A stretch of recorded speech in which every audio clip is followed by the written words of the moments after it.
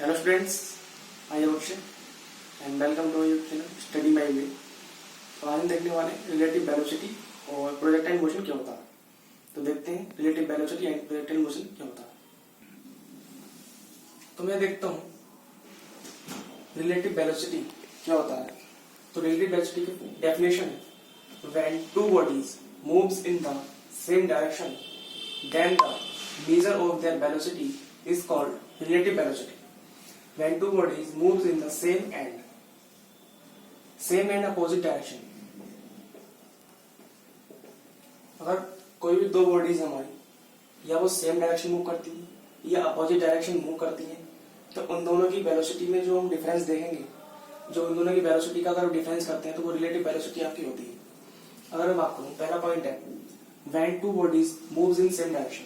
जब दो body same direction में जा रही है, मैंने मान लिया एक पॉइंट पी है, ये कोई व्हीकल है, ये डायरेक्शन ए की तरफ जा रहा है, तो इसकी वेलोसिटी जो होगी वो बी ए से मैंने रिप्रेजेंट कर दी है। ये इसकी डायरेक्शन जो एरो ऊपर लगा हुआ है, ऐसी क्यू है। दूसरी बॉडी क्या क्यू है, क्यू जा रहा है बी पॉइंट की तरफ, तो इसकी वेलोसिटी क्या होगी बी और बी जो इसकी डायरेक्शन को शो करने के लिए हमने इस पे एरो लगाया है। तो ये कैसी डायरेक्शन, दोनों की सेम डायरेक्शन है, दोनों एक ही डायरेक्शन में जा रही, तो इनका जो वेलोसिटी होगी, जो रिलेटिव वेलोसिटी होगी, तो उसे हम डिपेंड करा बी ए बी से, तो उसकी जो रिलेटिव वेलोसिटी होगी आपकी, उसका डिफरेंस यानी बी ए माइनस बी बी, जो उसका डिफरेंस होगा वो उसकी रिलेटिव वेलोसिटी होगी। यानी जब वो सेम डायरेक्शन मूव करती हैं, तो उसकी रिलेटिव वेलोसिटी मतलब कैसे निकालेंगे, उसका डिफरेंस कर, यानी बी ए माइनस बी बी कर उसका जो है डिफरेंस कर हम रिलेटिव वेलोसिटी निकाल सकते हैं। ऐसे अगर दूसरा पॉइंट में देखूं, when two bodies moving in opposite direction, जब दो बॉडी अपोजिट डायरेक्शन मूव करती हैं, यानी एक बॉडी तो इधर जा रही है इस साइड लेफ्ट साइड में और एक बॉडी राइट साइड में, तो उन दोनों की जो रिलेटिव वेलोसिटी होगी वो उसके सम के द्वारा रिप्रेजेंट करी जाती है, यानी बी ए प्लस बी बी वो उसके सम के द्वारा रिप्रेजेंट करी जाती है। ये हमने बताया, देख सकते हैं। अगर उसके न्यूमेरिकल की बात करूं, अगर क्वेश्चन की तरीके समझाऊं तो क्या होगा, if two vehicles moves in same direction with velocity 60 meter per second and 45 meter per second, then find the relative velocity of the vehicle. दो व्हीकल्स वो सेम डायरेक्शन मूव कर रहे हैं, पहले की वेलोसिटी 60 मीटर पर सेकंड, दूसरे की वेलोसिटी 45 मीटर पर सेकंड, हमें इसकी रिलेटिव वेलोसिटी निकालनी है। तो यानी बी ए भी हमको फाइंड करना है। हमें बी ए गिवन है, वेलोसिटी ऑफ एक पार्टिकल को ए मान लिया, यानी कितनी होगी 60, और दूसरी की वेलोसिटी कितनी होगी आपकी 45।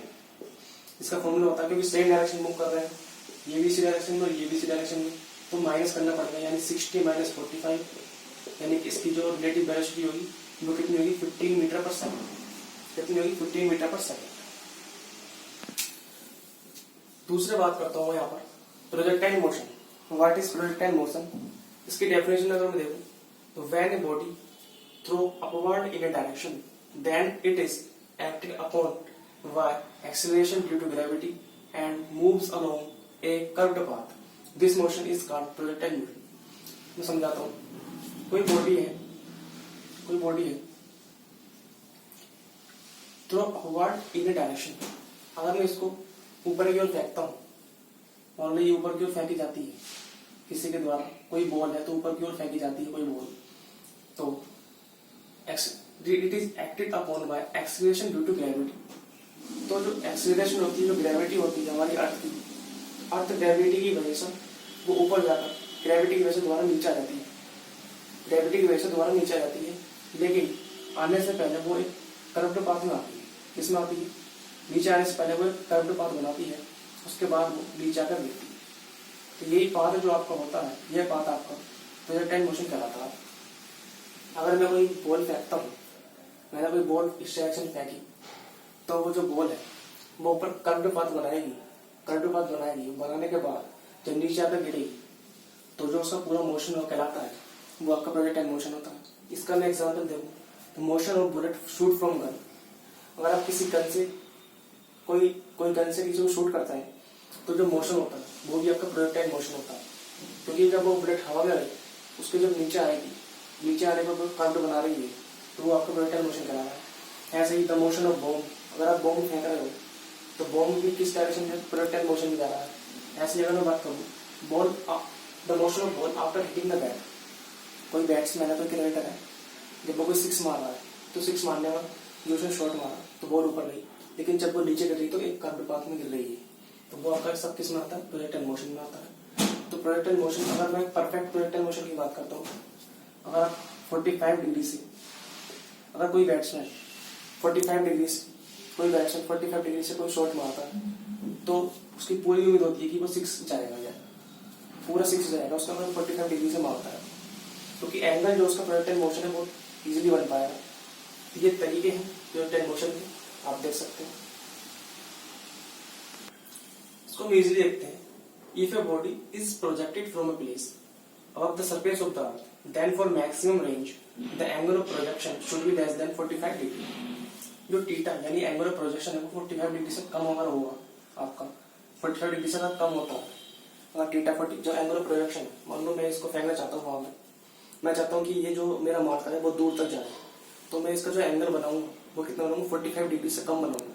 अगर मैं एंगल इसका 45 डिग्री से कम बनाता हूँ, यानी अगर ये 90 है और 45 ये है, अगर मैं इस एंगल पर इसको फेंकता हूँ तो इस एंगल पर फेंकने पर ये ज्यादा दूर तक जाएगा। अगर ये 90 है और मैं यहाँ फेंक रहा हूँ 60 पर, तो ये ऊपर तो बहुत जाता है, ये है इसका तरीका, ऊपर तो बहुत जाएगा लेकिन दूर नहीं जा पाएगा, ऊपर तो काफी जाएगा लेकिन ये दूर नहीं जा पाएगा।